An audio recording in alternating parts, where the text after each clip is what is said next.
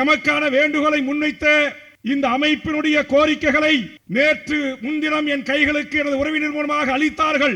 அளித்து அடுத்த நாளே சட்டப்பேரவையில் பேசுவதற்கான வாய்ப்பை கேட்டு பெற்று நேற்று தினம் மாண்புமிகு தமிழ்நாடு முதலமைச்சர் அவர்களே, இந்திய நாட்டிற்கு முன்னோடியாக எமது இந்த துணை ராணுவ பணியில் பணி செய்த எமது வீரர்களுக்கு அவர்கள் கொடுத்திருக்கிற இந்த கோரிக்கைகளை நீங்கள் நிறைவேற்றி தர வேண்டும் என்ற வேண்டுகோளை வைத்து, குறிப்பாக அரசு பதவிகளை 5% இவர்களுக்கான வேலை வாய்ப்பு இடஒதுக்கீடு வழங்க வேண்டும். சென்னை போன்ற மாநகரங்களிலும் தமிழ்நாடு முழுவதும் குடிநீர் போன்ற ஏனைய வரிகளை ரத்து செய்யப்பட வேண்டும். பல்லாயிரக்கணக்கான ஏக்கர் அரசு நிலங்கள், புறம்போக்கு நிலங்கள் இருப்பதை ஒரு ஏக்கர் கூட நிலம் சொந்தமில்லாமல் தன் உயிரை பணைய வைத்து இந்த நாட்டின் விடுதலைக்காகவும் இந்த நாட்டின் விடுதலை பெற்ற சுதந்திர இந்தியாவை பாதுகாப்பதற்கும் களமாடிய இந்த வீரர்களுக்கு அவர்கள் கேட்கின்ற அளவில் நிலங்களை அவர்கள் விவசாயம் செய்து சுயமரியாதையோடு வாழ்ந்து கொள்வதற்கு வாய்ப்பை தமிழ்நாடு அரசு முன்மாதிரியாக உருவாக்கி தர வேண்டும் என்ற கோரிக்கைகளை தமிழக சட்டமன்றத்தில் ஏற்று ஆணித்தரமாக என் வாதத்தை எடுத்து வைத்து வேண்டுகோள் வைத்து நீங்கள் கொடுத்த அந்த கோரிக்கை கடிதத்தை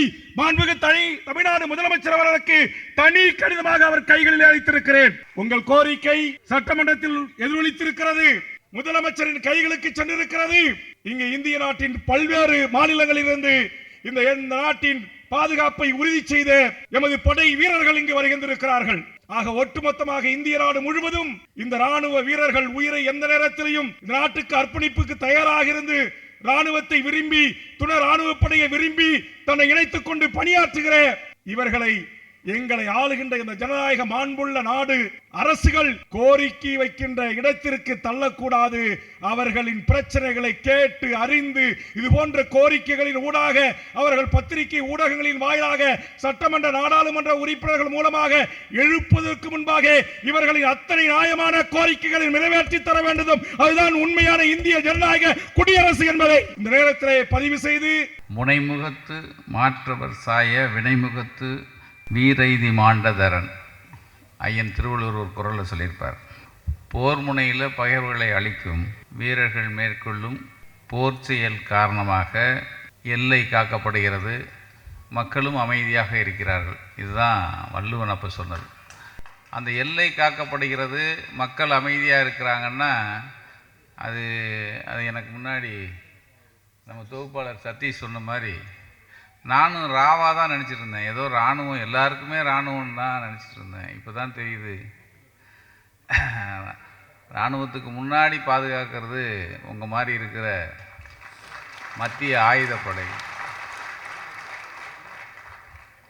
என் மூஞ்ச பார்த்தோன்னா வீரப்பன் ஞாபகம் வரும் உங்களுக்கு. அதில் ஒரு விஷயம் என்னென்னா, போலீஸை நம்ம தரக்குறைவாக சொல்லக்கூடாது, ஏன்னா ஏரியா அப்படி எல்லாருமே நீங்கள் காவலுக்காக இருக்கிறவங்க. வீரப்பனை தேடுறதுக்கு நாங்கள் தேடி போகிறோன்னு சொல்லுவாங்க, நீங்கள் கேள்விப்பட்டிருப்பீங்க. வீரப்பனை தேடி எத்தனையோ படை உள்ளே போச்சுப்பான், எத்தனையோ 6000 12,000. ஆனால் அந்த மலைவாழ் ஜனங்கள் இருக்கிற ஏரியாவில் இந்த 20-25 வயசு பையங்களை இவங்க தேர்ந்தெடுப்பாங்க. தேர்ந்தெடுத்துட்டு காட்டுக்குள்ளே போகிறாங்கல்ல, அவனுங்க தான் அந்த 20-25 வயசு பையங்க கையில் இந்த இவங்க சாப்பிட்றதுக்கான மூடை முடித்து துப்பாக்கி மாத்திரம் இவங்க வச்சுக்குவாங்க. ஏன்னா அதை கொடுத்துடக்கூடாதுல்ல. மற்றதை எல்லாத்தையும் இந்த பொதி சுமக்கிற மாதிரி மாடு மாதிரி இந்த 20-25 வயசு பையங்கள்கிட்ட கையில் கொடுத்து அவன் முன்னாடி போவான். 50 அடி 100 அடி முன்னாடி அவன் போயிட்டுருப்பான், இவங்க பின்னாடி போயிட்டுருப்பாங்க. வீரப்பன் போலீஸ் வருதுன்னு சுட்டா அவங்கள தான் சொல்லுவான், ரைட்டா? அவன் ஒருத்தன் சுட்டு செத்தவொன்னே இவங்க ஓடிடுவாங்க. இப்போ சாகிறது யாருன்னா அந்த மலைவாழ் மக்கள் இளைஞர் படை தான். இப்போ அதுதான் எனக்கு இப்போ ஞாபகம் வருது. இப்போ நீங்கள் தான் இப்போ என்னை கேட்டால் 15,000 கிலோமீட்டருக்கு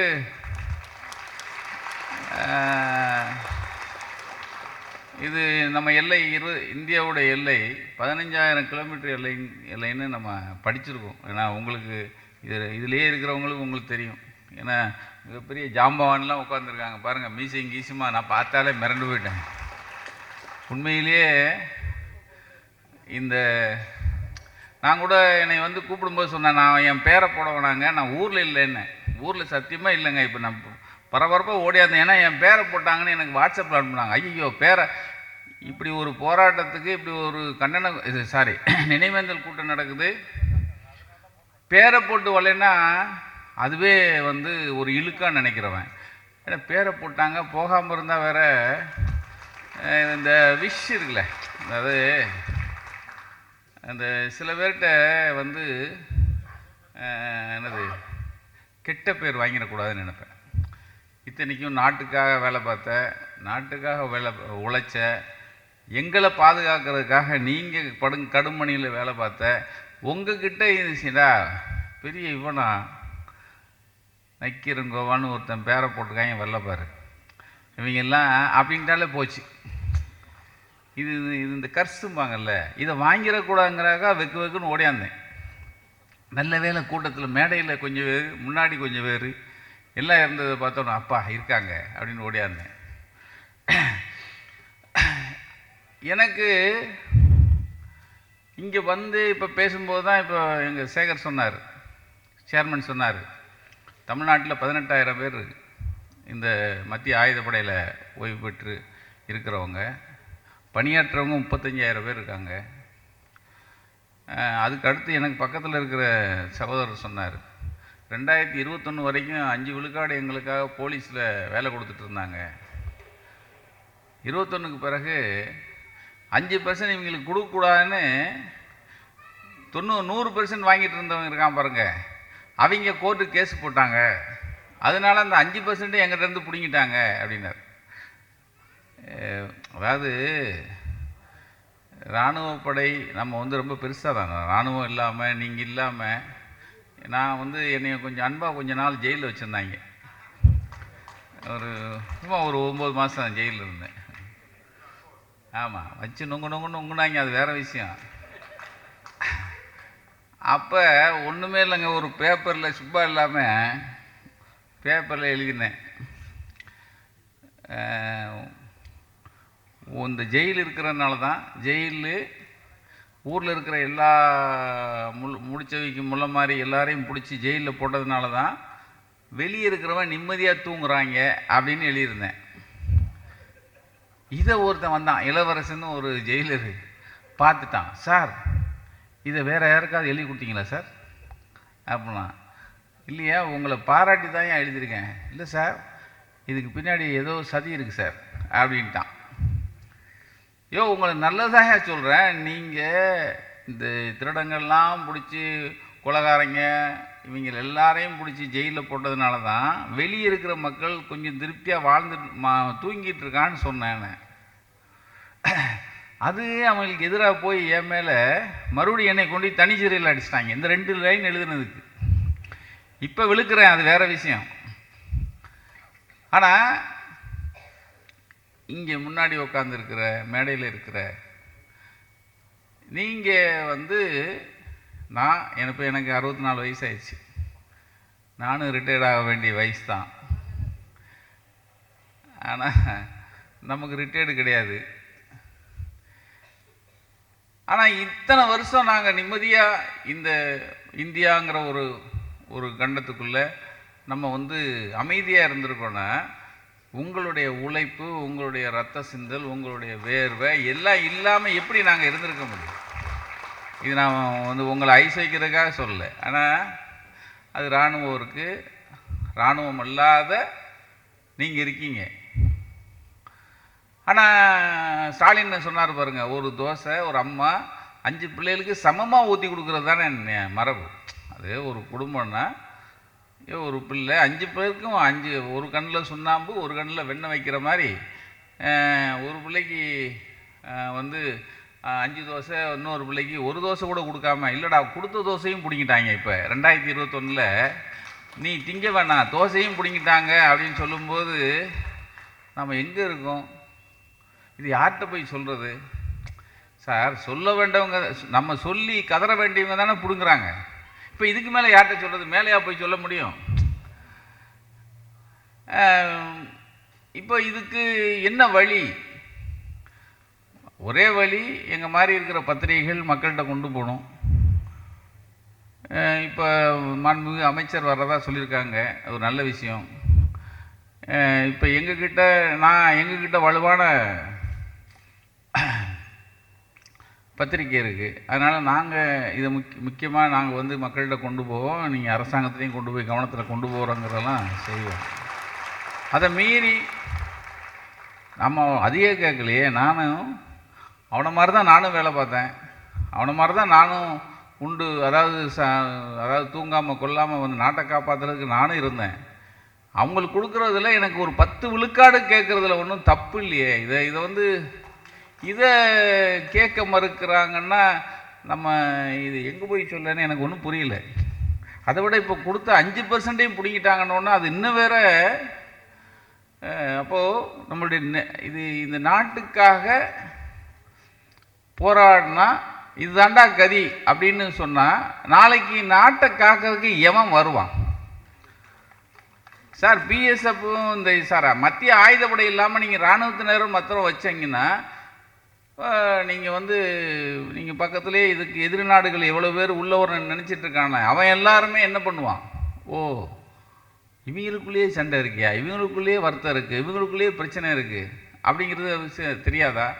ஆக சமமாக எல்லாரையும், அதாவது மக்களை சமமாக பார்க்குறாங்களோ இல்லையோ, குறைந்தபட்சம் நமக்காக இராணுவ பகுதியில் பாடுபடுகிற, நமக்காக வேலை பார்க்குற அத்தனை பேரையும் சமமாக பார்க்குற ஒரு கண் இருக்கிற ஒரு அரசாங்கம் வேணும். அதானே?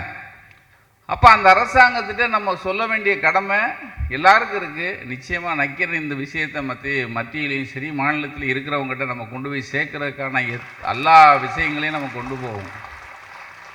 ஏன்னா என்னை அழைக்கிறதுக்காக என்னை அலுவலகத்துக்கு வந்தாங்க சகோதரர்கள் எல்லாம்.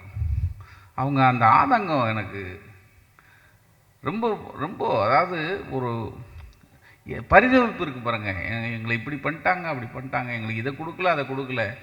அவங்க யாருக்காக வேலை பார்த்தாங்கங்கிறதா? இப்போ வேறு சாதாரணமாக ஏதோ ஒரு அலுவலகத்தில் வேலை பார்த்து எங்களுக்கு இதை கொடுங்கன்னு கேட்கல. நாட்டுக்காக நாங்களும் பணிபுரிஞ்சோம், நாட்டுக்காக காவல் காத்தோம், நாட்டுக்காக நாங்கள் இப்போ அதான் சொன்னார் நம்ம தோழர், விமான நிலையத்தில் சர்வீஸில் இருக்கும்போது நீங்கள் விமான நிலையத்தை பக்காவாக பாதுகாக்கிற பொறுப்பை நாங்கள் தான் வச்சுருக்கோம். சர்வீஸ் முடிஞ்ச பிறகு இந்த கார்கோக்குள்ளேயே விட மாட்டேங்கிறாங்க. விமானத்தில் வேறு எந்த பிரச்சனை வராமல் பாதுகாக்கிறது நாங்கள் சர்வீஸில் இருக்கும்போது. மற்ற சர்வீஸ் முடிஞ்சு என்னை வெளியே வந்த பிறகு எங்களை ஒரு எச்சியலையை தூக்கி போகிற மாதிரி தூக்கி போட்டுறாங்க. அப்படிங்கும்போது ரொம்ப வருத்தமாக. இப்போயும் பார்த்தீங்கன்னா, நான் தான் கேட்டேன், ஏர்போர்ட்டில் இப்போ கொஞ்சம் பேர் ஒரு ஆரஞ்சு கலர் சட்டை போட்டு ஒரு குரூப் இருக்காங்க, அது எக்ஸர்வீஸ் மேனுங்கிறான். ஏடிஎம் மிஷினு அதுக்கே எங்களுக்கு இடம் இல்லைங்கிறாங்க. ஏடா, குறைஞ்சபட்சம் ஏடிஎம் மிஷின் பாதுகாக்கிற கூட இவங்களுக்கு அருகது இல்லாமல் போச்சு. அப்போது இது எங்கள் ஸ்டாலின் சொன்ன மாதிரி ஒரு கண்ணில் வெண்ணெய் ஒரு கண்ணில் சுண்ணாம்பு. இப்போ இதை கலைகிறதுக்கு தான் இந்த கூட்டம் இவ்வளோ பெரிய. நான் கேட்டேன், காமராஜர் மண்டபம்னா சார் 2000 சீட் இருக்குமே, அதுக்கு என்ன பண்ண அவ்வளோ பேர் வராங்க அப்படின்னாங்க. இவ்வளோ தான் வந்தாங்களா, என்ன இருக்காங்க, வந்துட்டு போயிட்டாங்களா? ஓ, நிறைய வந்துட்டு போயிட்டாங்க ப்ரோ. சாரி, நான் தான் லேட்டாக வந்தேனா? ஓ, சரி சரி சரி சரி. இல்லை, தவறாக சொல்ல, இவ்வளோ பெரிய ஹால் எடுக்கிறீங்களே, அவ்வளோ பேர் வருவாங்களான்னு கேட்டேன். அப்போ தான் சொன்னாங்க 18,000 பேர் இங்கே சென்னையில் தமிழ்நாட்டில் இருக்காங்க. 18,000 பேர்னால் அவங்க குடும்பம் இருக்குது. இப்போ எல்லோரும் குடும்பம் சார்ந்து வந்தவங்களாம் நிறைய இருக்கீங்க. நிச்சயமாக உங்களுடைய போராட்டம், அதாவது நீங்கள் ஒரு எதிர்பார்ப்போடு தான் அந்த போராட்டங்கிறது நம்ம ஏதோ வருஷானா வந்து சாப்பிட்டு போகிற மாதிரிலாம் இல்லை. மக்கள்கிட்ட இந்த பிரச்சனை கொண்டு போகணும், அரசாங்கத்தில் இந்த பிரச்சனை கொண்டு போகணும். அதுவும் மாநில அரசாங்கம் இது இப்போ இருக்கிற அரசாங்கம் நிச்சயமாக இதை கவனத்தில் கொள்ளும். அந்த அளவுக்கு நம்ம இந்த பிரச்சனையை அவங்ககிட்ட நம்ம எடுத்துகிட்டு போவோம். எனக்கு வரும்போதே என்னது பொக்கே கொடுத்து பொன்னாடை போட்ட உடனே நான் கொஞ்சம் கூச்சமாக இருந்தேன். ஏன்னா நினைவேந்தல் நிகழ்ச்சி, இதுக்கு ஏன் நமக்கு பொக்கை கொடுக்குறாங்க, இதுக்கு ஏன் பொன்னாடை போடுறாங்க அப்படின்னு. அது ஒரு இந்த சாங்கியம் வாங்கலை, அது மாதிரி. ஆனால் அந்த புல்வாமா தியாகிகள்னு போட்டிருந்தீங்க, அது பேரை கொஞ்சம் தமிழ்லையோ இங்கிலீஷ்லேயோ போட்டுக்கலாம். அதையும் ஹிந்தியில் போட்டீங்க. அதை நான் படித்து பார்த்தேன், ஒன்றும் விளங்கலை எனக்கு. சரி புல்வாமா தியாகிகளாவது போட்டீங்களே, அதை கொஞ்சம் மாற்றிருக்கலாமோன்னு எனக்கு ஒரு சின்ன இதுதான் அது. ஆனால் 40 பேர் தியாகம் பண்ண இதே நாளில் அரும்பாடுபட்டு, அது 2019 தானே சார், 2019 இதே நாளில் இந்த அனைவரையும் ஒன்று திரட்டி இது நிச்சயமாக கோரிக்கை வைக்கிற மாநாடு, நினைவேந்தல் நிகழ்ச்சி, ஒரு போராடக்கூடிய ஒரு நிகழ்ச்சியாகவும் முப்பெரு விழாவாக இதை நடத்தி இவ்வளவு சிறப்பாக முடித்து வைத்திருக்கும் இந்த போராட்ட குழுவினருக்கும் சரி, இந்த நினைவேந்தல் நிகழ்ச்சியை நடத்தும் குழுவினருக்கும் சரி, இதை சார்ந்த தலைவர் பெருமக்கள், இதில் உள்ள உறுப்பினர் பெருமக்கள், வந்திருக்கிற அனைவருக்கும் நக்கீரன் வாழ்த்துக்களும் வணக்கங்களும். நிச்சயமாக இந்த பிரச்சனையை அரசாங்கத்திடம் கொண்டு சேர்க்க எங்களால் ஆன விஷயங்களை தொடர்ந்து எடுத்து செல்வோங்கிறத நான் சொல்லிடுறேன். ஏன்னா எங்கள் ஸ்டாலின் சொல்லும்போது சொன்னார், என் பேர் ஸ்டாலின். நான் அப்போ சொன்னேன், எங்கள் முதல்வர் பேரும் ஸ்டாலின். அதனால் நிச்சயமாக இது அவர்கிட்டையும் போகுங்கிற ஒரு சின்ன இதுதான். அவர் போராட்ட சாரின்னு சொன்னார். அதுக்கடுத்து ஒரு விஷயம் சொன்னார், உங்களோட நான் நிற்பேன்னு. ஆக இதுதான், நீங்கள் எனக்கும் உங்களுக்கும் எந்த சம்மந்தம் இல்லை. ஆனால் நீங்கள் சம்மந்தப்பட்டு இருந்ததுனால தான் நாங்கள் உயிர் வாழ்கிறோங்கிறது இந்த நேரத்தில் நாங்கள் சொல்லிவிட்டு, ஏன்னா உங்கள் சம்மந்தம் இல்லாமல் நாங்கள் உயிர் வாழவே முடியாது, இந்த உயிர் வாழ்கிறதே உங்களால் தான் அப்படிங்கிறத மறுபடியும் சொல்லி, நிச்சயமாக நீங்கள் வருந்தும் அளவுக்கு இனி நடக்காது, இனி இங்கே எதிர்பார்த்த அனைத்தும் கிடைக்கும் என்ற நம்பிக்கையில் விடைபெறுகிறேன். நன்றி, வணக்கம். 2019ஆம் ஆண்டு நடைபெற்ற இந்த புல்வாமா தாக்குதலில் 40 படை வீரர்கள் பலியானார்கள். தேசத்திற்காக தமது இன்னுயிரை நீத்த அந்த மாவீரர்களுக்கு, தேசத்தின் பாதுகாவலர்களுக்கு விடுதலை சிறுத்தைகள் கட்சியின் சார்பில் எமது செம்மாந்த வீர வணக்கத்தை செலுத்துகிறோம்.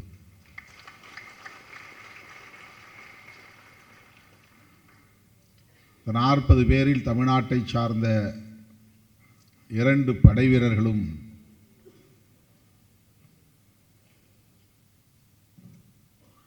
அந்த தியாகத்தை செய்திருக்கிறார்கள், அளப்பரிய ஈகத்தை புரிந்திருக்கிறார்கள். அது தமிழ்நாட்டுக்கு ஒரு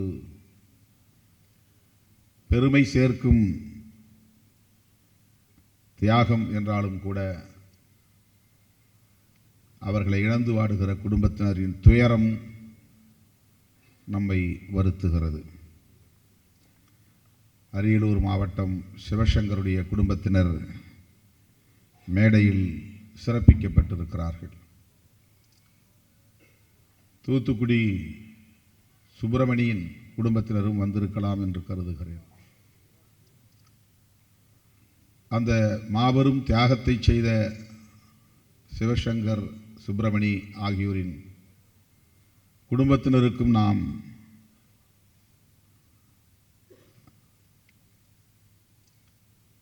நன்றி செலுத்த கடமைப்பட்டிருக்கிறோம். இன்றைக்கும் சிவசங்கரை எண்ணி அவருடைய தாய் கண்ணீர் சிந்தினார். தனக்கு 2 மகன்கள், ஒரு பிள்ளையை நாட்டுக்காக பறிகொடுத்து விட்டேன், இன்னொரு பிள்ளையும் உயிரிழந்து விட்டான், 2 ஆண் பிள்ளைகளை பெற்ற நான் இன்றைக்கு 2 பேரையும் பறிகொடுத்த நிலையில் நிற்கிறேன். ஒரே ஒரு பெண் குழந்தை, அவளும் மாற்றுத்திறனாளியாக இருக்கிறாள் என்று அந்த தாய் கண்ணீர் வடித்தது, நெஞ்சை பதற வைத்தது. அப்படிப்பட்ட தியாகத்தை போற்றக்கூடிய வகையில், அவர்களுக்கு வீர வணக்கம் செலுத்தக்கூடிய வகையில் அந்த மாவீரர்களுக்கு நன்றி செலுத்தக்கூடிய வகையில் நீங்கள் அனைவரும் இந்த நாளில் இந்த நிகழ்வை ஒருங்கிணைத்திருப்பது ஆறுதல் அளிக்கிறது. ஒருங்கிணைத்த உங்கள் அனைவரையும் நான் மீண்டும் ஒரு முறை பாராட்டுகிறேன். உங்களை நான் வாழ்த்துகிறேன். இந்த நாட்டை பாதுகாக்க, மக்களை பாதுகாக்க இராணுவ வீரர்கள், துணை இராணுவ வீரர்கள் எத்தகைய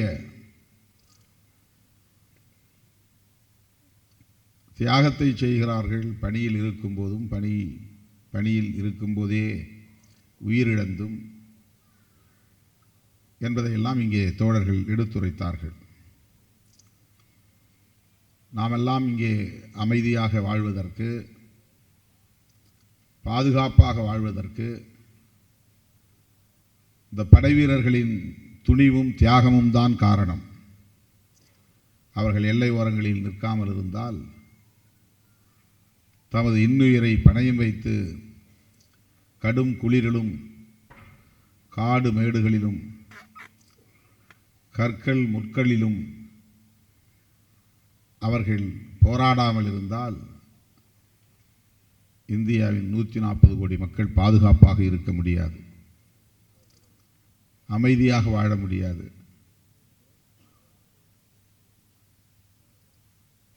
நாம் பாதுகாப்பாக வாழ்வதற்கு இந்த படைவீரர்கள் செய்கிற மகத்தான பணிகள், தியாகங்கள் நினைவு கூறத்தக்கவை. துணை இராணுவத்தில் மட்டும் இந்தியா முழுவதும் 10 லட்சம் படைவீரர்கள் இருக்கிறார்கள் என்று தோழர்கள் இங்கே சொன்னார்கள். துணை இராணுவத்தை சார்ந்தவர்கள் எந்த அளவுக்கு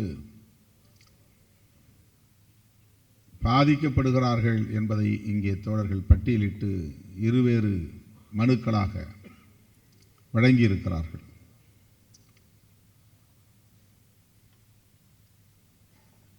இராணுவத்திலும்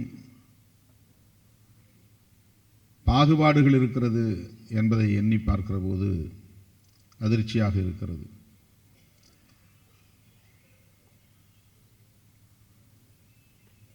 துணை இராணுவத்தினரும் அனைத்து சலுகைகளையும் அல்லது உரிமைகளையும் வாழ்வாதாரங்களையும் முழுமையாக பெற வேண்டும். அதற்கு சட்டமன்ற உறுப்பினர்கள், நாடாளுமன்ற உறுப்பினர்கள், அரசியல் கட்சி தலைவர்கள் துணை நிற்க வேண்டும் என்று கோரிக்கை விடுக்கிற அல்லது வலியுறுத்துகிற ஒரு நிகழ்வாகவும் இது ஒருங்கிணைக்கப்பட்டிருக்கிறது. அந்த வகையிலே தான் இந்த 2 மனுக்கள், கோரிக்கை மனுக்கள் வழங்கப்பட்டிருக்கின்றன. அது இந்த பட்டியலை பார்க்கிற போது சற்று அதிர்ச்சியாகத்தான் இருக்கிறது. இராணுவத்தை சார்ந்தவர்களுக்கு என்னென்ன உரிமைகள் வழங்கப்பட்டிருக்கின்றனவோ அந்த உரிமைகளை எல்லாம் வழங்க வேண்டும் என்று கோரிக்கை விடுப்பது ஜனநாயகபூர்வமான ஒன்று.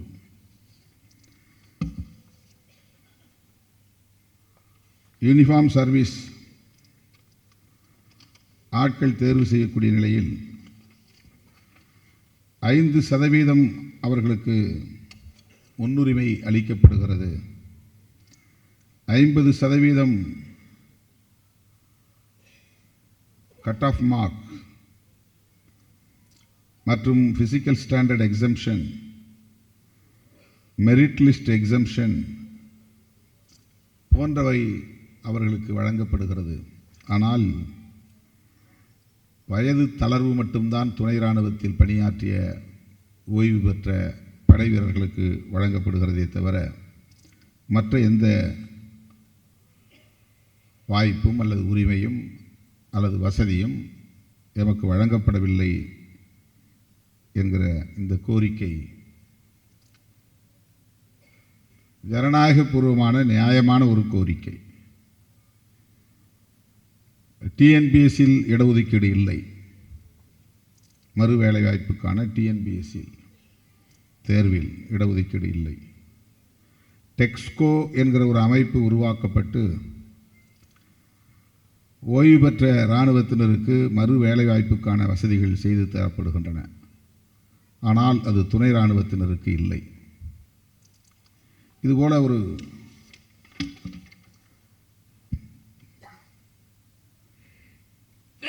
பதினாறு கோரிக்கைகள், இதில் உள்ள பாகுபாடுகள் இங்கே பட்டியல்படுத்தப்பட்டிருக்கின்றன. மாவட்ட ஆட்சியர்கள் நாள்தோறும் குறைதீர்ப்பு நாள் திங்கட்கிழமை நடத்துகிறார்கள். அந்த குறைதீர்ப்பு நாளில் கூட இந்த துணை இராணுவத்தினருக்கு உரிமை இல்லை, விசாரிப்பதில்லை என்கிற குறை. அரசு நிலங்கள், இலவச வீட்டுமனை பட்டா இராணுவத்தினருக்கு வழங்கப்படுகிறது, துணை இராணுவத்தினருக்கு இல்லை. வாரிசுதாரர்களுக்கு வேலைவாய்ப்பிலே முன்னுரிமை இராணுவத்தினருக்கு உண்டு, துணை இராணுவத்தினருக்கு இல்லை. இப்படி ஒரு நெடிய பட்டியல். இவை அனைத்தும் அண்ணன் திருநாவுக்கரசர் அவர்கள் சொன்னதைப் போல மனம் இருந்தால் செய்ய முடியும், ஆட்சியாளர்கள் மனம் வைக்க வேண்டும் என்று கோரிக்கை விடுக்கிற ஒரு நிகழ்வாக இந்த நிகழ்வு அமைந்திருக்கிறது. தமிழ்நாடு முதல்வர் மாண்புமிகு அண்ணன் தளபதி அவர்களின் கவனத்திற்கு விடுதலை சிறுத்தைகள் கட்சியின் சார்பில் எமது சட்டமன்ற உறுப்பினர்களின் வழியாக இதை கட்டாயம் எடுத்துச் செல்வோம். எப்படி அன்பு இளவல் வேல்முருகன் அவர்கள் நேற்றே இந்த கோரிக்கைகளை சட்டமன்றத்தில் முழங்கினாரோ, அதைப் போல விடுதலை சிறுத்தைகளின் சார்பிலும் சட்டமன்றத்தில் பேச வாய்ப்பு இருந்தால் பேசவும், அல்லது நேரிலே சந்தித்து கோரிக்கை மனுவாக கொடுக்கிற வாய்ப்பு இருந்தால் அப்படி நேரிலே சந்தித்து கொடுக்கவும் விடுதலை சிறுத்தைகள் முயற்சிகளை மேற்கொள்ளும் என்பதை நான் இந்த இடத்திலே ஒரு உறுதிமொழியாக உங்களுக்கு வழங்க கடமைப்பட்டிருக்கிறேன். அதேபோல இங்கே நிகழ்ச்சியை நெறிப்படுத்திக் கொண்டிருக்கிற தம்பி, இன்றைக்கு அரசு, இந்திய ஒன்றிய அரசு எப்படி இயங்குகிறது, ஒவ்வொரு அரசியல் கட்சியும் எப்படி செயல்பட்டு இருக்கிறது என்பதை மேலோட்டமாக சுட்டிக்காட்டினார். நம்மை போன்றவர்கள் மீண்டும் நாடாளுமன்றத்திற்கு செல்ல வேண்டும், ஆளுங்கட்சி வரிசையிலே அமர்ந்து பேச வேண்டும் என்றெல்லாம் அவர் தம் விருப்பத்தை வெளிப்படுத்தினார். தனிப்பட்ட முறையிலே நானோ அல்லது திருநாவுக்கரசு அவர்களோ ஆளுங்கட்சி வரிசையிலே உட்கார வேண்டும் என்ற ஆசை தனிநபருக்கான ஆசை அல்ல. அரசமைப்பு சட்டத்தை பாதுகாக்கவும், இந்திய தேசத்தை பாதுகாக்கவும் இத்தகைய மாற்றம் தேவைப்படுகிறது என்கிற உணர்கிற இடத்தில் நாம் இருக்கிறோம். அந்த அந்த அந்த புள்ளியில் நாம் இருக்கிறோம். ஆகவே அப்படி ஒரு நிலை ஏற்பட்டால் கட்டாயமாக இந்த குரல் கோரிக்கை குரலாக இல்லாமல் நிறைவேற்றும் குரலாக நாடாளுமன்றத்தில் ஒலிக்கும் என்பதை இந்த நேரத்தில் நான் பதிவு செய்து, உங்கள் வாழ்த்துக்களோடு, உங்களை போன்றவர்களின் நல்வாழ்த்துக்களோடு மீண்டும் நாடாளுமன்றத்திற்கு செல்லுகிற வாய்ப்பு கிடைத்தால் இந்த 16 கோரிக்கைகளையும் நான் நாடாளுமன்றத்திலே நிச்சயம் எழுதி வைத்து படிப்பேன், ஒரு கோரிக்கையை கூட விடாமல் என்பதை இந்த நேரத்திலே நான் பதிவு செய்து, 40 படை வீரர்களுக்கும் இந்த நாட்டை காப்பதற்காக ஈகம் செய்த 40 படை வீரர்களுக்கும் விடுதலை சிறுத்தைகளின் சார்பில் மீண்டும் ஒரு முறை எனது செம்மாந்த வீர வணக்கத்தை செலுத்தி, இந்த அரிய வாய்ப்பை எனக்கு வழங்கிய உங்கள் அனைவருக்கும் என்னுடைய நன்றியை தெரிவித்து முடிக்கிறேன். நன்றி, வணக்கம். இந்திய இராணுவத்தில் சுமார் 15 லட்சத்திற்கும் மேற்பட்ட எமது இராணுவ வீரர்கள் உலகத்தின் மிகப்பெரிய ஜனநாயக மாண்பு கொண்ட இந்த நாட்டை எல்லையில் இருந்து பாதுகாப்பு அரணாக இருப்பது போல் அவர்களுக்கு நிகரான அதே பணியை எமது இராணுவ வீரர்கள் பயன்படுத்துகிற அதே ஆயுதங்களையும் கையாள தெரிந்து எல்லையில் பாதுகாப்பு அரணாகவும் இந்த தேசத்தின் மிகப்பெரிய ஜனநாயக மாண்புடைய இந்திய நாடாளுமன்றத்தையும் எல்லையின் பாதுகாப்பு அரணாகவும் இந்திய முழுக்க இருக்கிற இந்திய நாட்டின் விமான தளங்களையும் இந்திய நாட்டின் கப்பல் போக்குவரத்து துறை, மத்திய அரசின் மிகப்பெரிய பொதுத்துறை நிறுவனங்கள் என்று அத்தனையிலும் பாதுகாப்பு பொறுப்பை ஏற்றுக்கொண்டு மிகச்சிறப்பாக பங்காற்றி வந்த இந்திய இராணுவ துணைப்படையின் வீரர்களுடைய தியாகம் அளப்பரியது.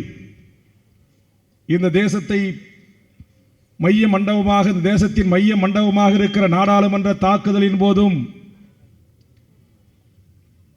மும்பாயில் நடந்த குண்டுவெடிப்பிற்கு முகம் கொடுத்து களத்தில் இறங்கியதும், இங்கே அமைப்பாக திரண்டிருக்கின்ற எமது இந்திய இராணுவ துணைப்படை வீரர்கள் என்பது தெரியும். போர் நடைபெறுகின்ற போது எமது இராணுவ வீரர்கள் களத்தில் இறக்கப்படுவார்கள்.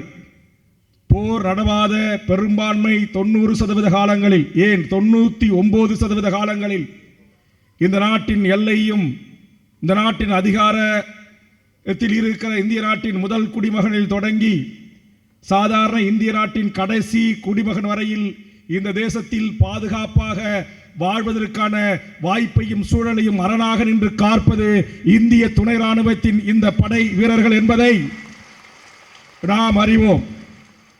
பாகிஸ்தானோடு போர் தொடுக்கின்ற போதும், சீனாவின் எல்லையில் போர் தொடுக்கின்ற போதும் எமது ராணுவம் மிகப்பெரிய வெற்றியை ஈட்டுகிறது என்று சொன்னால், அவர்களுக்கான அத்தனை வேவு பணிகளில் இருந்து, அவர்களுக்கான உணவு விநியோகத்தில் இருந்து, அவர்களுக்கான எல்லைப்புறங்களில் கொட்டும் பனிக்கட்டின் மழையில் நின்று ராணுவ வீரருக்கு நிகராக இந்த வெற்றிக்கு பின்புலமாக இருந்து பணியாற்றக்கூடியவர்களாக நம்முடைய இந்திய ராணுவ துணைப்படை வீரர்கள் இருந்திருக்கிறார்கள். இன்றைக்கும் நம்முடைய தாய்மண் தமிழ்நாட்டில் இருந்து சுமார் 18,000க்கும் மேற்பட்ட நமது தாயகத்தினுடைய வீரர்கள் இந்தியாவின் எல்லை பாதுகாப்பில் ஆயுதமேந்தி நின்று கொண்டிருக்கிறார்கள். தமிழ்நாட்டில் ஏதாவது ஒரு குடும்ப உறவுகளுக்கு பிரச்சனை என்கிற போது அவர் காஷ்மீர் போன்ற எல்லை படையில் நின்று, பிஎஸ்எஃப் போன்ற படையில் நின்று, சிஐஎஸ்எஃப் என்ற படையில் இருந்து அவர்கள் வெளியிடுகின்ற வீடியோக்களையும் காட்சிகளையும் பார்க்கின்ற போது, இந்த மண்ணை காப்பதற்கு, இந்த தேசத்தை காப்பதற்கு, இந்த இந்தியாவின் எல்லையை பாதுகாப்பதற்கு தன் உயிர் எந்த நேரத்திலும் பிரியலாம் என்கிற அந்த நிலையில் முகம் கொடுத்து இந்த தேசத்தை பாதுகாக்கிற அந்த வீரர்கள் வைக்கிற இந்த கோரிக்கையை எமது மக்களால் தேர்ந்தெடுக்கப்பட்ட ஒன்றிய அரசுகளும் மாநில அரசுகளும் நிறைவேற்றி தர வேண்டும் என்பது எமது வேண்டுகோள். எமக்கான வேண்டுகோளை முன்வைத்த இந்த அமைப்பினுடைய கோரிக்கைகளை நேற்று முன்தினம் என் கைகளுக்கு எனது உறவினர் மூலமாக அளித்தார்கள். அளித்த அடுத்த நாளே சட்டப்பேரவையில் பேசுவதற்கான வாய்ப்பை கேட்டு பெற்று நேற்று தினம் மாண்புமிகு தமிழ்நாடு முதலமைச்சர் அவர்களே, இந்திய நாட்டிற்கு முன்னோடியாக எமது இந்த துணை ராணுவ பணியில் பணி செய்த எமது வீரர்களுக்கு அவர்கள் கொடுத்திருக்கிற இந்த கோரிக்கைகளை நீங்கள் நிறைவேற்றி தர வேண்டும் என்ற வேண்டுகோளை வைத்து, குறிப்பாக அரசு பதவிகளை 5% இவர்களுக்கான வேலை வாய்ப்பு இடஒதுக்கீடு வழங்க வேண்டும். சென்னை போன்ற மாநகரங்களிலும் தமிழ்நாடு முழுவதும் குடிநீர் போன்ற ஏனைய வரிகளை ரத்து செய்யப்பட வேண்டும். பல்லாயிரக்கணக்கான ஏக்கர் அரசு நிலங்கள், புறம்போக்கு நிலங்கள் இருப்பதை, ஒரு ஏக்கர் கூட நிலம் சொந்தமில்லாமல் தன் உயிரை பணைய வைத்து இந்த நாட்டின் விடுதலைக்காகவும் இந்த நாட்டின் விடுதலை பெற்ற சுதந்திர இந்தியாவை பாதுகாப்பதற்கும் களமாடிய இந்த வீரர்களுக்கு அவர்கள் கேட்கின்ற அளவில் நிலங்களை அவர்கள் விவசாயம் செய்து சுயமரியாதையோடு வாழ்ந்து கொள்வதற்கு வாய்ப்பை தமிழ்நாடு அரசு முன்மாதிரியாக உருவாக்கி தர வேண்டும் என்ற கோரிக்கைகளை தமிழக சட்டமன்றத்தில் ஏற்று ஆணித்தரமாக என் வாதத்தை எடுத்து வைத்து வேண்டுகோள் வைத்து, நீங்கள் கொடுத்த அந்த கோரிக்கை கடிதத்தை மாண்புமிகு தமிழ்நாடு முதலமைச்சர் அவர்களுக்கு தனி கடிதமாக அவர் கைகளில் அளித்திருக்கிறேன். உங்கள் கோரிக்கை சட்டமன்றத்தில் எதிரொலித்திருக்கிறது, முதலமைச்சரின் கைகளுக்கு சென்றிருக்கிறது. இங்கு இந்திய நாட்டின் பல்வேறு மாநிலங்களிலிருந்து இந்த நாட்டின் பாதுகாப்பை உறுதி செய்த எமது படை வீரர்கள் இங்கு வருகின்றிருக்கிறார்கள். ஆக ஒட்டுமொத்தமாக இந்திய நாடு முழுவதும் இந்த ராணுவ வீரர்கள் உயிரை எந்த நேரத்திலையும் இந்த நாட்டுக்கு அர்ப்பணிப்புக்கு தயாராக இருந்து ராணுவத்தை விரும்பி, துணை ராணுவ படையை விரும்பி தன்னை இணைத்துக் கொண்டு பணியாற்றுகிற இவர்களை, எங்களை ஆளுகின்ற இந்த ஜனநாயக மாண்புள்ள நாடு அரசுகள் கோரிக்கை வைக்கின்ற இடத்திற்கு தள்ளக்கூடாது. அவர்களின் பிரச்சனைகளை கேட்டு அறிந்து இது போன்ற கோரிக்கைகளின் ஊடாக அவர்கள் பத்திரிகை ஊடகங்களின் வாயிலாக சட்டமன்ற நாடாளுமன்ற உறுப்பினர்கள் மூலமாக எழுப்பதற்கு முன்பாக இவர்களின் அத்தனை நியாயமான கோரிக்கைகளை நிறைவேற்றி தர வேண்டும். அதுதான் உண்மையான இந்திய ஜனநாயக குடியரசு என்பதை இந்த நேரத்திலே பதிவு செய்து, நானும் அண்ணன் திருமாவளவன் அண்ணன் காங்கிரஸ் பேர் இயக்கத்தின் சார்பாக பேசிய திருநாவுக்கரசரும் இணைந்திருக்கிற இந்த தமிழக அரசு, தமிழக முதல்வர், இந்தியாவிற்கு முன்மாதிரியான எமது துணை ராணுவப்படை வீரர்களின் இந்த கோரிக்கையை தமிழ் மண்ணிலிருந்து எத்தனையோ திட்டங்களை தமிழ்நாட்டின் மக்களுக்கு, ஏழை எளிய மக்களுக்கு நீங்கள் அரசின் திட்டங்களை, இலவச திட்டங்களை அறிவிக்கின்றீர்கள். வரவேற்கிறோம், பாராட்டுகிறோம், நன்றி சொல்லுகிறோம். அந்த வகையில் இந்த தேசம் தேசமாக இருப்பதற்கும், இந்த நாடு பாதுகாப்பாக இருப்பதற்கும், இந்த நாட்டின் எல்லையில் நின்று காவல் அரணாக இருக்கிற எங்கள் காவல் தெய்வங்களின் கோரிக்கையை தமிழ்நாடு முதலமைச்சர் அவர்களே நிறைவேற்றி தாருங்கள். ஒன்றிய அமைச்சர் நரேந்திர மோடி அவர்களே நிறைவேற்றி தாருங்கள். ஏன், ஜனாதிபதியில் இருந்து பிரதமர் வரை இன்றைக்கு அனைவரையும் பாதுகாத்து நிற்கிற பாதுகாப்பு அரணாக இருப்பவர்கள் ராணுவ வீரர்களுக்கு நிகரானவர்கள். இந்த படையில் இருந்துதான் எடுத்து பிரதமரை பாதுகாத்து இருக்கிறார்கள், பாதுகாப்பு அரணாக இருக்கிறார்கள். அது உள்துறை அமைச்சராக இருக்கலாம், ராணுவ அமைச்சராக இருக்கலாம். அத்தனை பேருடைய பாதுகாப்பு படையிலும் எமது துணை ராணுவ படையின் வீரர்கள் தான் முதல் ஆளாக நின்று அவர்கள் உயிரையும் பாதுகாக்கிறார்கள் என்பதையும் கருத்தில் கொண்டு உங்கள் நியாயமான கோரிக்கைகளை ஒன்றிய மாநில இந்திய அரசுகள் நிறைவேற்றி தர வேண்டும் என்ற வேண்டுகோளை முன்வைத்து சட்டமன்றம் நடந்து கொண்டிருக்கிறது. பேரவைத் தலைவரின் அனுமதியை பெற்று வருகின்றிருக்கிறேன். மீண்டும் பேரவை கூட்டம் நிறைவு செய்வதற்குள் நான் செல்ல வேண்டிய சூழல் இருக்கிற காரணத்தினால் வந்தவுடனே அண்ணன் திருமாவர்களிடத்திலே, நீங்கள் மூத்தவர், உங்களுக்கு முன்பாக நான் பேசி விடைபெற்றுக் கொள்கிறேன் என்ற அனுமதியை வாங்கிவிட்டேன். எனது உறவினர், என்னை அழைத்தவர், இந்த துணைப்படையில் இருக்கிற நண்பர்கள் என்னை வந்து அழைத்தவர்களிடத்திலும் அதற்கான ஒப்புதலை பெற்றுவிட்டேன். கூடியிருக்கிற முன்னாள் துணை ராணுவ வீரர்களும் அவர் குடும்பத்தாரும் என்னை இந்த நிகழ்வில் இருந்து விடைபெற்றுக் கொள்வதற்கு அனுமதிக்க வேண்டும் என்று கேட்டு, தமிழ்நாடு அரசு இந்த கோரிக்கையை நிறைவேற்றுகின்ற வரையில் இன்னும் 2 ஆண்டு காலமும் தமிழ்நாடு சட்டமன்றத்தில் உங்களின் குரலாய் எனது குரல் ஒலிக்கும் ஒலிக்கும் ஒலிக்கும் என்பதை தெரிவித்து விடைபெற்றுக் கொள்கிறேன். நன்றி, வணக்கம். வரவேற்புரை ஆற்றுகிற போது சகோதரர் சொன்னார், உங்களுடைய பிரச்சனைகளை இப்போது எங்களுடைய கவனத்திற்கு கொண்டு வருவதாக சொன்னார். உங்களை பற்றி எங்கள் எல்லோருக்கும் தெரியும். ஆனால் உங்களுடைய பிரச்சனையை பற்றி இவ்வளவு பிரச்சனை இருக்கிறது என்று இப்போதுதான் தெரிகிறது. எனக்கு முன்னாலேயே சொன்னவர்கள் குறிப்பிட்டபடி,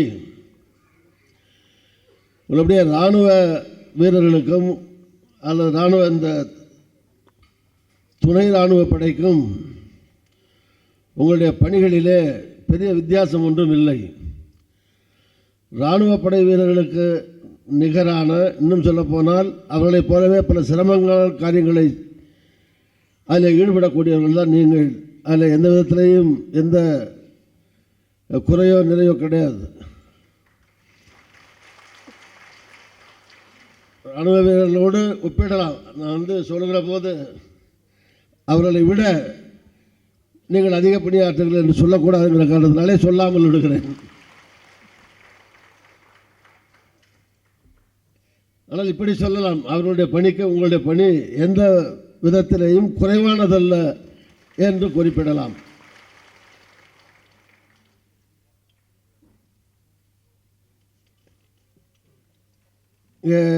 எங்களுக்கு வரவேற்பு சொல்லுகிற போது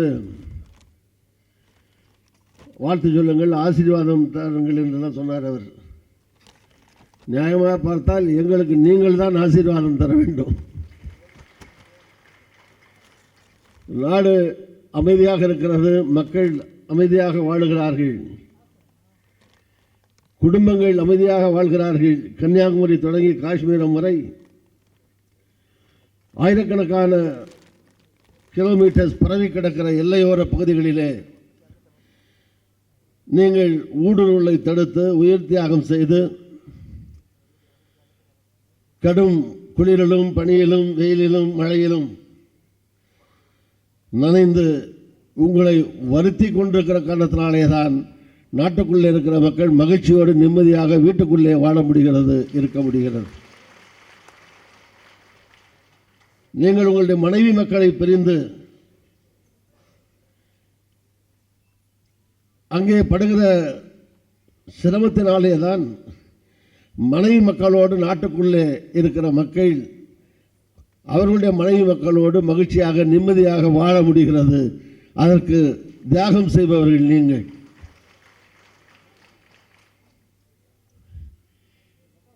இங்கே வாழக்கூடிய மக்கள்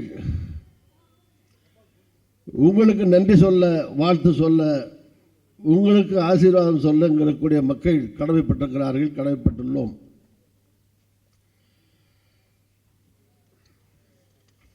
மிக கடுமையான பணிகளில் நீங்கள் பணி செய்கிறீர்கள். பாகிஸ்தான், வங்காளதேசம் ஆகிய இந்த எல்லையில் ஏறக்குறைய கிட்டத்தட்ட 8000 கிலோமீட்டர் தூரம் பரவி கிடக்கிற இந்த எல்லையோர பகுதிகளிலே நாட்டை காக்க தியாகம் செய்கிறீர்கள். மத்திய ரிசர்வ் காவல் படையில் இருந்து அதேபோல் இந்தோ திபெத் எல்லை காவல், தொழில்கள் இருக்கிற இந்தியாவில் இருக்கக்கூடிய பெரும் பெரும் நிறுவனங்கள், தொழிற்சாலைகள், விமான நிலையங்கள், துறைமுகங்கள், இவை அனைத்தும் பாதுகாப்பாக இருக்கிறது என்றால் அது உங்களாலே தான் பாதுகாக்கப்படுகிறது. அங்கே பணியாற்றுகிற தொழிலாளர்கள் பணி செய்ய வெளியே இருந்து நீங்கள் செய்கிற தியாகத்தால் தான் நாட்டின் கனரக தொழில்களிலிருந்து அனைத்து தொழில்களும் தொழிற்சாலைகளும் காக்கப்படுகின்றன. அதுபோல ஏறக்குறைய 16 விதமான கோரிக்கைகளை நீங்கள் இங்கே தந்திருக்கிறீர்கள். இல்லை, சாதாரணமாக அரசாங்கத்திற்கு ஒன்றும் லட்சக்கணக்கான கோடி ரூபாய் நிதி ஒதுக்க வேண்டிய அளவிற்கு பட்ஜெட்டில் சிரமம் ஏற்படுத்தக்கூடிய அளவிற்கு ஒன்றும் பெரிய கோரிக்கைகள் ஒன்றும் இல்லை. சாதாரணமாக நடைமுறையிலே செய்ய வேண்டிய பிரச்சனைகள் தான் இந்த 16 10க்கும் மேற்பட்டவை. அரசு மனம் இருந்தால், பணம் இருந்தால் அல்ல, அரசு மனம் இருந்தாலே நிறைவேற்றக்கூடிய கோரிக்கைகள் தான் பல கோரிக்கைகள். அவற்றை மத்திய மாநில அரசுகள் செய்ய தயக்கம் காட்டக்கூடாது என்கிற குரலை உங்களோடு சேர்ந்து நானும் வலியுறுத்துகிறேன்.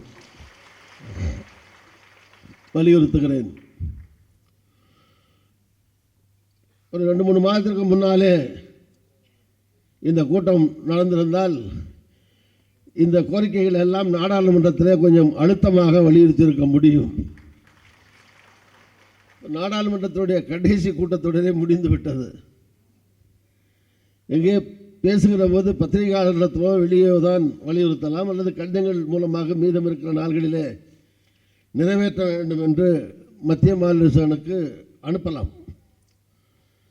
பாராளுமன்றத்தில் பேசுவதற்கான வாய்ப்பு இங்கே வந்திருக்கிற எனக்கோ சகோதரர் திருமாவுக்கோ பாராளுமன்றம் நிறைவு பெற்றுவிட்டு இந்த கூட்டத்தினர் முடிந்துவிட்ட காரணத்தினாலே, லாஸ்ட் செஷனும் முடிஞ்சிட்ட காரணத்தினாலே பேச முடியாது. நாங்கள்லாம் திருப்பி வந்தோம்னா தான் பேசலாம்.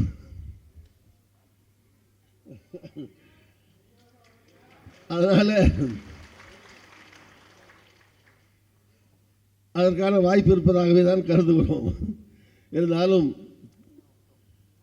அதற்கான வாய்ப்பு நாங்கள் நாடாளுமன்றத்தில் மீண்டும் வாய்ப்பு கிடைக்கிற போது நிச்சயமாக உங்களுடைய கோரிக்கைகளை அழுத்தமாகவே வலியுறுத்துவோம் என்கிற உறுதியை இந்த நேரத்தில் உங்களிடத்தில் எங்கள் சார்பிலே நானும் தெரிவித்துக் கொள்ள கடமைப்பட்டிருக்கிறேன். வேல்முருகன் வந்திருக்கிறார், சட்டமன்ற உறுப்பினர். சட்டமன்றம் நடந்து கொண்டிருக்கிறது. நேற்று பேசுறீங்களா? நேற்றே அவர் பேசியிருக்கிறார். நாங்களும் நாடாளுமன்றத்தில் சொல்லியிருக்கிறோம், முன்னாலே வலியுறுத்தி இருக்கிறோம். இருந்தாலும் இந்த கூட்டம் நடந்தது, இந்த நீங்கள் கொடுத்துருக்க இந்த 16 கோரிக்கைகளையுமே சொல்லி பேசக்கூடிய சந்தர்ப்பம் இப்போது இல்லை நாடாளுமன்றத்தில். சட்டமன்றத்தில் அவர் பேசியிருக்கிறார். மீண்டும் வாய்ப்பு கிடைக்கிற போது பேசுவார்.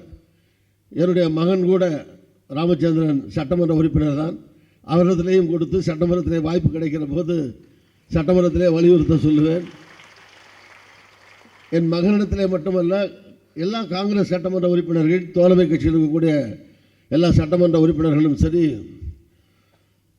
தோழமை கட்சியோ ஆளுங்கட்சியோ எல்லோருக்கும் பொதுவான விஷயந்தான் அது.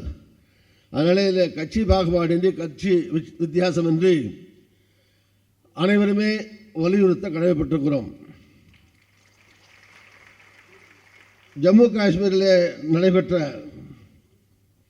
இந்த புல்வாமா இன்சிடெண்ட்டில், பயங்கரவாத தாக்குதலில் 40க்கும் மேற்பட்ட நம்முடைய சகோதரர்கள் உயிர் தியாகம் செய்திருக்கிறார்கள். அவர்களுக்கெல்லாம் வீர வணக்கத்தை, வீர அஞ்சலியை இந்த நேரத்தில் நாம் மரியாதையை, அவர்களுக்கு வீர வணக்கத்தை தெரிவித்துக் கொள்கிறோம். இந்த நிகழ்ச்சியின் மூலமாக அவர்களுடைய திருவுருவப்படங்களுக்கு இங்கே மலரஞ்சலி செலுத்தியிருக்கிறோம். அவர்கள் இந்திய வரலாற்றிலே என்றைக்கும் அவர்கள் உயிரோடு இல்லாமல் இருக்கலாம், ஆனால் இந்திய வரலாற்றிலே என்றைக்கும் உயிரோடு அவர்களுடைய பெயர்கள் இணைந்திருக்கும். அதில் ஒன்றும் சந்தேகமில்லை. ஏற்கனவே 5 ஆண்டுக்கு முன்னாலே நடந்தது, தேர்தலுக்கு முன்னாலே நடந்தது. இந்த அசம்பாவிதத்திலே சில கருத்துக்கள், 2 வகையான கருத்துக்கள் உண்டு. அதுக்குள்ளே நான் செல்ல விரும்பவில்லை. ஆனாலும் இவர்களெல்லாம் உயிர் தியாகம் செய்தார்கள் என்பது உண்மைதான். எனவே அந்த தியாகிகளை இந்த நேரத்தில் நாம் வணங்கவும் போற்றவும் கடமைப்பட்டிருக்கிறோம். நான் மீண்டும் நீங்கள் கொடுத்திருக்கிற 16 கோரிக்கையையும் நான் படிக்க வேண்டியதில்லை. ஏற்கனவே இந்த தீர்மானங்களை உங்களிடத்திலே வாசித்திருப்பார்கள். இவையெல்லாம் உங்களுக்கு தெரிந்த, உங்களுக்கு வேண்டிய, செய்ய வேண்டிய அந்த விஷயங்கள் தான். எனவே உங்களுக்கு அவை அனைத்தும் தெரியும். நான் மீண்டும் 16ஐயும் படித்து உங்களிடத்தில் நினைவுபடுத்த வேண்டியது அவசியமில்லை என்று நான் கருதுகிறேன். நான் ஏற்கனவே சொன்ன மாதிரி இதில் ஒன்றும் நிதிச்சுமை அரசுக்கு ஒன்றும் கிடையாது. அதனால் மாநில அரசும் மத்திய அரசும் கண்டிப்பாக இவற்றையெல்லாம் இராணுவ வீரர்களுக்கு இணையான அல்லது அவர்களுக்கு என்னென்ன சலுகைகள் எல்லாம் அதில் இருக்கிறதோ அந்த அத்தனை சலுகைகளையும் துணை இராணுவ படையை சார்ந்த உங்களுக்கும் கண்டிப்பாக செய்ய வேண்டும் என்கிற கோரிக்கையை நான் உங்களோடு சேர்ந்து மத்திய அரசுக்கும் மாநில அரசுக்கும் வலியுறுத்தி மீண்டும் நான் சொல்லுகிறேன், நீங்கள் செய்கிற தியாகத்தால் தான், உங்களுடைய உழைப்பால் தான், உங்களுடைய அர்ப்பணிப்பால் தான் இந்திய திருநாடு அமைதியாக இருக்கிறது. இந்தியாவுக்குள்ளே வாழக்கூடிய மக்கள் அமைதியாகவும் மகிழ்ச்சியாகவும் நிம்மதியாக இருக்கிறார்கள். உங்களுடைய நிம்மதியை, மகிழ்ச்சியை தொலைத்துவிட்டு மற்றவர்களை மகிழ்ச்சியாக வைத்திருப்பவர்கள் நீங்கள். நான் ஏற்கனவே சொன்ன மாதிரி உங்கள் மனைவி மக்களை பிரிந்துவிட்டு அங்கே சென்று கடும் குளிரிலும் பனியிலும் மழையிலும் வெயிலிலும் கிடந்து நாட்டுக்குள் இருக்கிற மக்கள், மனைவி மக்களோடு மகிழ்ச்சியாக இல்லங்களிலே வாழ நீங்கள் செய்கிற தியாகங்களை மக்கள் மதிக்கிறார்கள், போற்றுகிறார்கள். உங்களை வணங்குகிறோம், வாழ்த்துகிறோம், பாராட்டுகிறோம், போற்றுகிறோம். எவ்வளவு பாராட்டினாலும் தகும். எனவே உங்களுடைய கோரிக்கைகளை களையப்பட வேண்டியதும் அவசியம், நிச்சயம் கண்டிப்பானதும் கூட. அதை மாநில மத்திய அரசுகள் உடனடியாக கவனிக்க வேண்டும் என்று மீண்டும் வலியுறுத்தி உங்கள் எல்லோருக்கும் வீர வணக்கத்தை மறைந்தவர்களுக்கு செலுத்தி, உங்களுக்கு வணக்கம் செலுத்தி, உங்களுடைய தியாகத்தை போற்றி அமர்கிறேன். அனைவருக்கும் வாழ்த்துக்கள், வாழ்த்துக்கள். உங்களுடைய குடும்பம், இந்த இறந்த வீரர்களுடைய 1-2 குடும்பத்தை சார்ந்தவர்கள் இங்கே வந்திருப்பார் சொன்னார்கள். அவர்களுக்கும் ஸ்பெஷலாக தனிப்பட்ட முறையில் என்னுடைய வீர வணக்கத்தை, மரியாதையை அவர்களுக்கு தெரிவித்துக் கொள்கிறேன். வந்திருக்கிற உங்கள் அனைவருக்கும் மீண்டும் வாழ்த்துக்கள், வணக்கம், நன்றி.